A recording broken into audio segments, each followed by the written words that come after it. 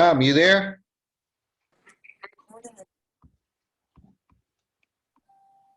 How you Hello. doing? How you doing, Tom? Good. Can you see me? Let's see. There we go. Yeah, now. How you doing?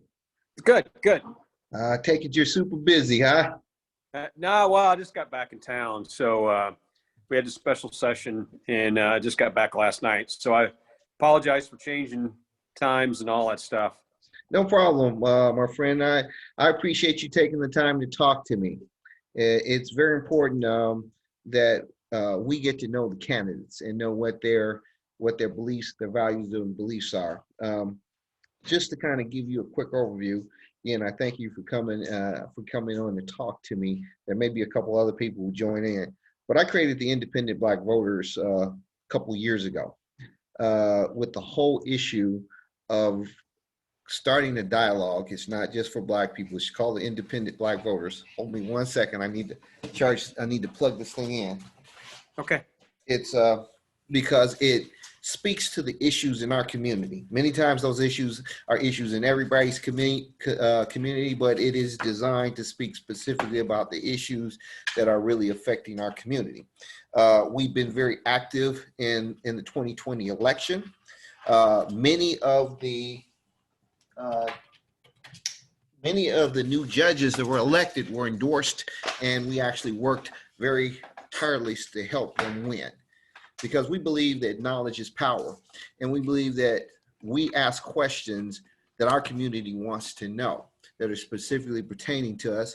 We don't ask the same questions that a lot of other people ask. And so when you come on here, it says you're interested in finding out what's really on the minds of our community, and it's the start of a dialogue.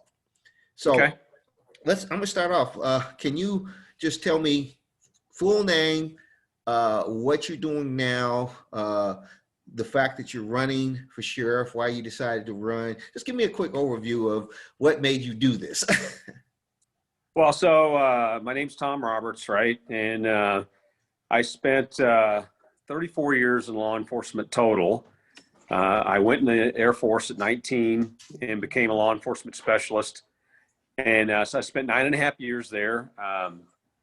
Ended up getting stationed here in Nevada. And I decided I always wanted to be in civilian law enforcement. And so in 1993, I got out of the Air Force, went to the reserves, and joined Metro Police.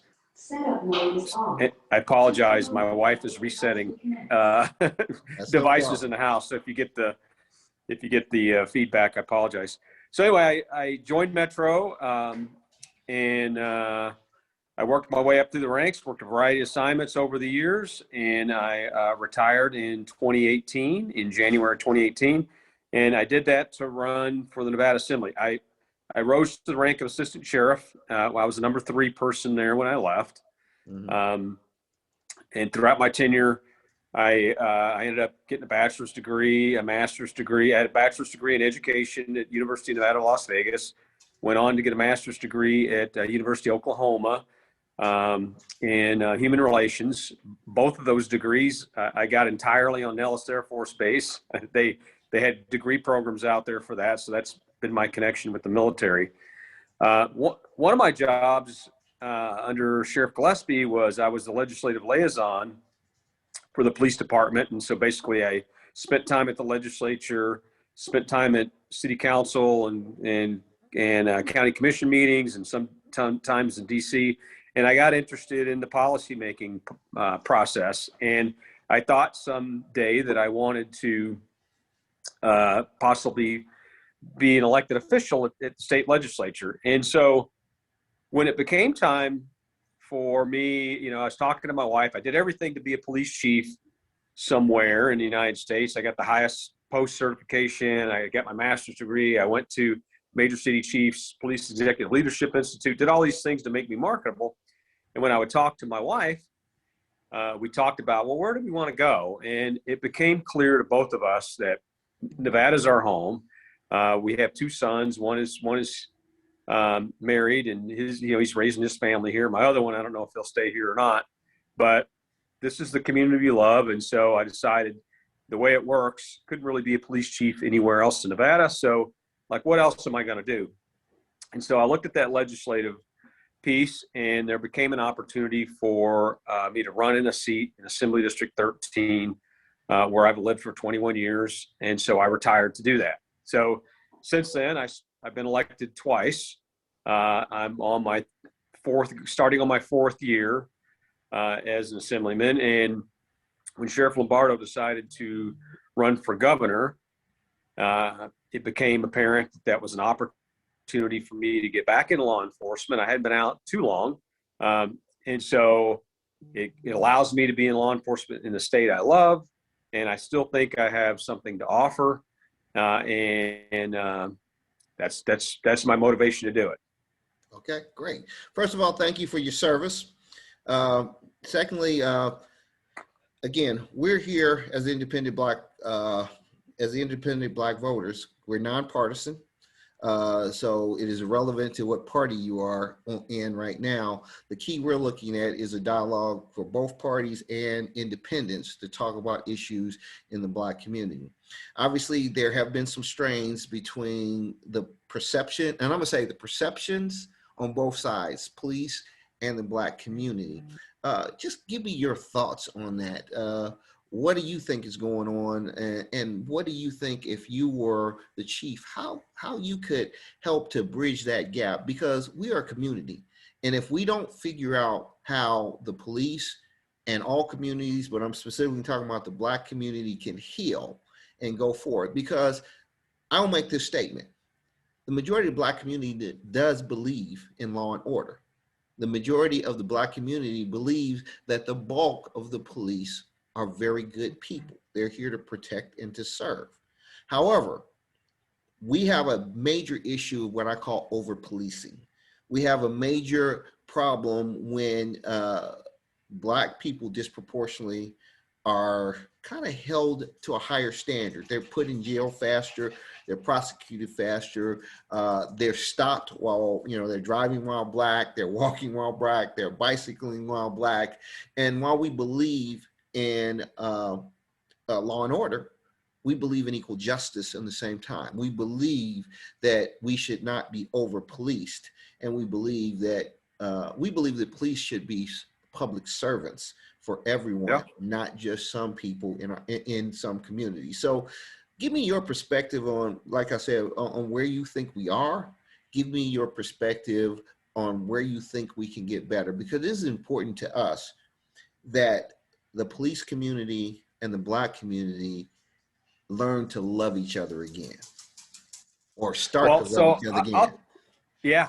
Well, I'll tell you my history here is look, I've been involved at Metro over the years. When we instituted Citizens Review Board, we completely revamped our officer involved shooting protocols and the way we look at those. But I was also, I've been also part of the community policing effort that we've done over the years to reach out to every community we serve, not just the Black community or any other. And I think we've done a pretty decent job over the years in moving in the right direction. Are we where we need to be? I don't believe so, right? And to your point, if perception is right, and if part of the community perceives that there is over-policing, then it's our responsibility to look into that and either do something, either verify or refute it, or do something about it, right? And to your point, I co-sponsored a bill this last session about quotas in policing, right? And because I believe that that's not the way to police, is to ask for quotas, right? Either a number of citations or a number of arrests. Because I've supervised people over 30-something years in the Air Force and in this capacity, and not everybody's work process is the same, right? If I say I demand X amount of tickets and X amount of arrests, I know some people are good at answering calls for service, some people are good at interacting in the community, and some people just aren't really good at writing citations and arrest. And when you look at a whole squad, everybody kind of complements each other and works to deliver police services. When you put a quota on somebody, and let's say within 2 weeks you got to get X amount of numbers. Well, when you're low on your numbers, where do you go, right? Where do those cops go to get the tickets and or make arrests?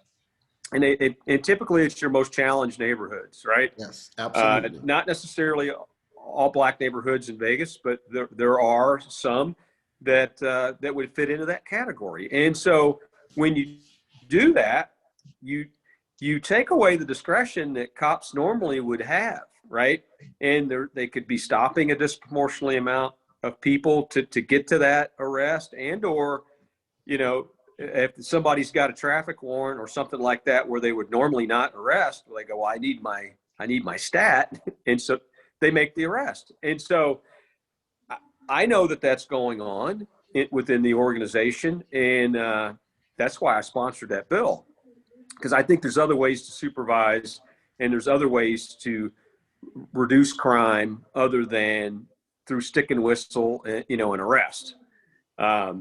Because to your point, if you over rely on that, it does disproportionately affect poor and minority communities. I mean, that's just a fact. I believe in I believe in the deterrence factor, right? And I think all communities would like to see cops in their neighborhood, but not be fearful of the police, right? That you're there deterring crime and working with the community to solve it. And I believe that under my leadership is I would ask for input from any community and on how we police and how we police each community. I would envision community councils at every area command that go over the crime stats, and we as collectively determine what we're going to address, right? I mean, from a policing standpoint, I may think that robberies or whatever might be the issue, when actually it could be completely something different that's important that we're missing because we think it's something else. So I think I think we've come a long way, but I think we're nowhere near where we need to be, and it takes working together to get there. Right.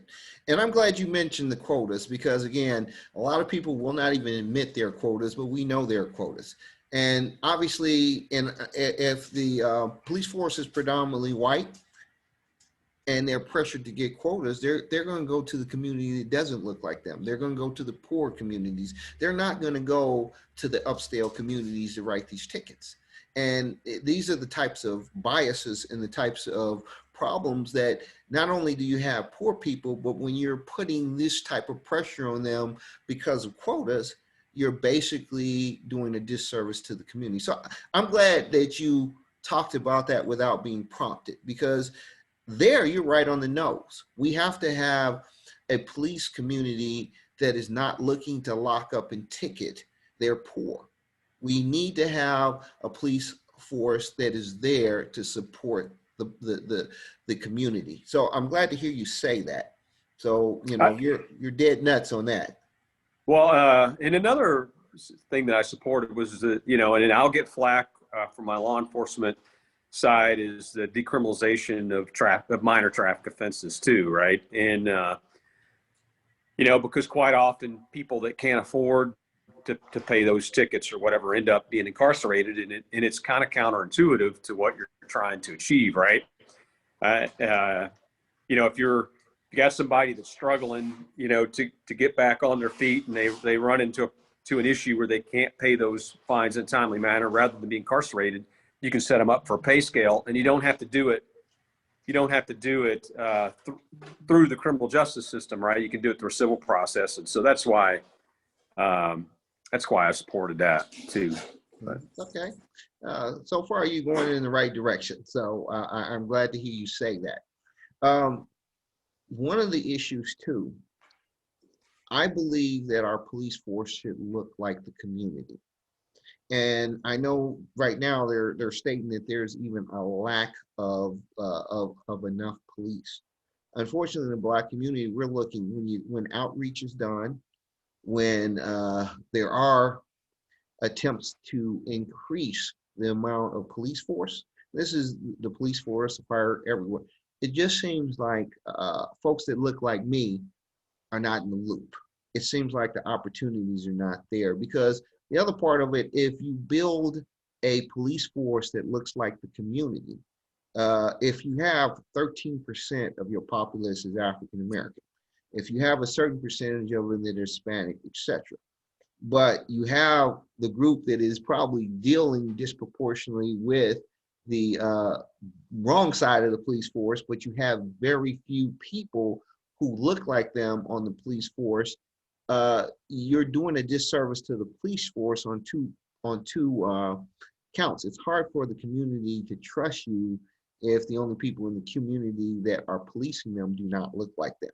It's hard for you to trust them if the people that are policing them didn't grow up in that community, does not understand our culture, and so therefore they may think they're doing the right thing because they're locking Johnny up down because somebody called because maybe there was a disturbance. Well, we didn't want you to put him in jail. We didn't want you to put paper on him. We just want you to come in there and maybe ask them to calm down or to be quiet. Far too many times, and that's it, by not having people who look like the community, B, having people who really understand the community involved. And so therefore, they're not going in there to lock up people. They're going in here to as public servants to try to maybe quell things without putting everybody in jail. It would definitely help, I know the police force in Las Vegas to bring in more police, and specifically, I'm gonna say Black males, Black men. And I've had some people even go through the process to only be kicked out on technicalities where it may be a psych evaluation where someone who doesn't look like them is making a determination because a question was asked and they didn't like the way the question was asked, and it's very arbitrary on who they select and they don't.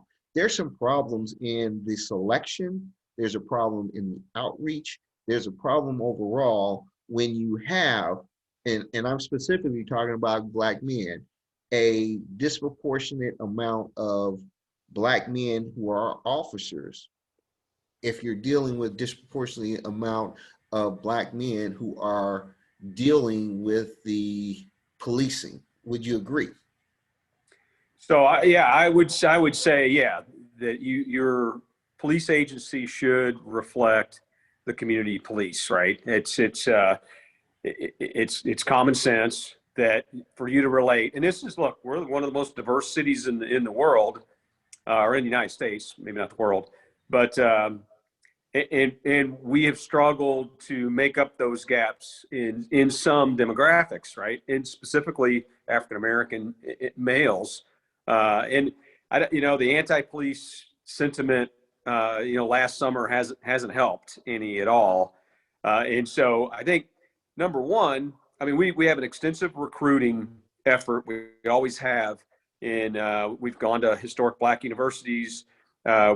We've recruited in the African American community, and we've done a number of things to try to stimulate that. We have an African American recruitment council that helps us navigate through the process to give us ideas from a recruiting standpoint on how to do it. But still, we lag, right?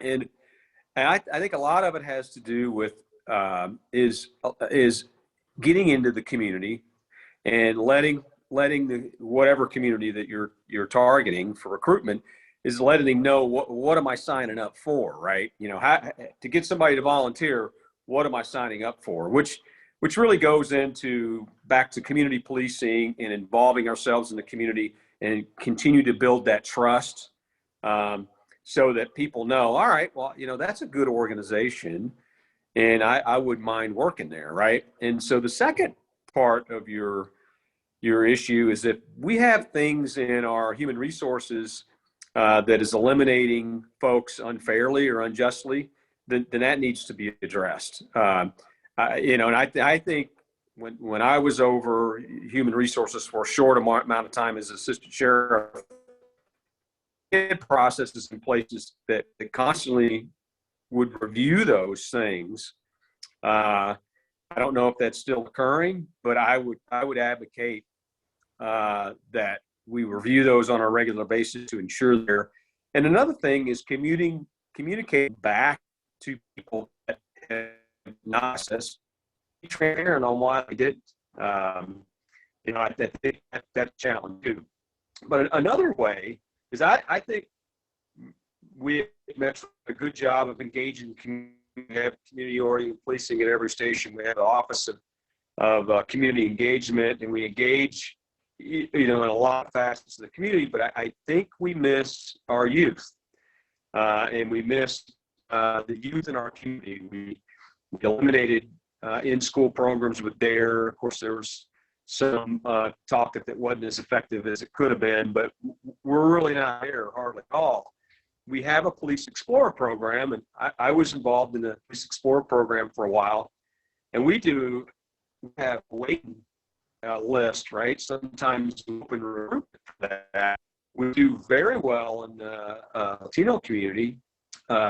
We still lag a little bit in the African community, but what we lack is we don't have a connection between that and youth.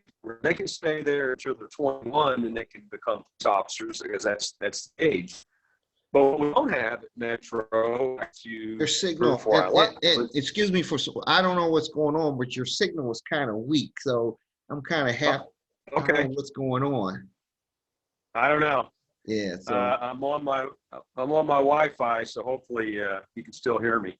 yeah, it's just it got really jumbled and hard to hear. And you're saying Okay. some good stuff, so that's the only reason I stopped you. Okay. So Are we good now? No, it's still coming up. I don't know what it is. It's kind of lagging and slow. I'm not sure what's causing that. Well, I'm sorry. Okay, but you know what? Let me tell you something. I want to do a face-to-face with you. This is a great start. Okay. Okay. Yeah.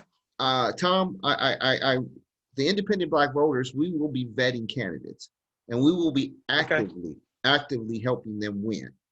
Gone are the days where there's low voter turnout, and so the district attorney and the sheriffs are really decided by a small amount of people. Now, I'm going to ask you something because I'm still on the sheriff. Is that a nonpartisan, no party Yes. race or not? Yep. No, it's not. It's nonpartisan, and it is completely nonpartisan. So the top two you can win right in a primary if you get 50% plus one in the primary. But if you don't, if nobody gets it, then the top two go on to the general. But it is nonpartisan. Correct. Good. Okay, but there will be a primary to determine the top two, which I think Correct. that's what we need to have. I'm a big proponent of open primaries anyway. So am I. I believe that, I don't even want to get into another political discussion, but I believe because we don't have open primaries, what you have is you have a fringe in each party that gets elected. And so you don't have any centrists. You have less and less centrists that will work together. Okay. And I agree with you. We're on the same page Yeah. there. So what I'd like to do, Tom, only because I'm having a really rough, for some reason the connection is bad. I'd like to continue this conversation. Actually, I'm going to call you right after here. And so can you hear me? Hello? Yep. Okay, I lost you. Okay, your feet came back. I can hear you. Okay, can you hear me now? Because I can't even see you now. Yes, sir. Okay, what I'm going to do, I'm going to set up, I'm going to call you and see if we can set up an actual second interview. Okay? Okay.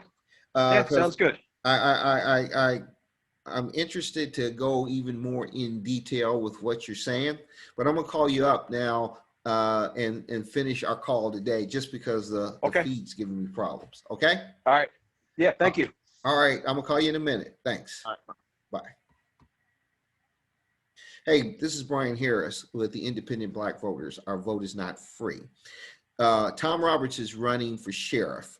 We will look to vet as many people as we can to talk about issues that are directly pertaining to the Black community. If we want social justice, then we need to take the time to be informed voters. If we want equality of opportunity for economics, then we must be the people that interview and talk directly about issues pertaining to the Black community.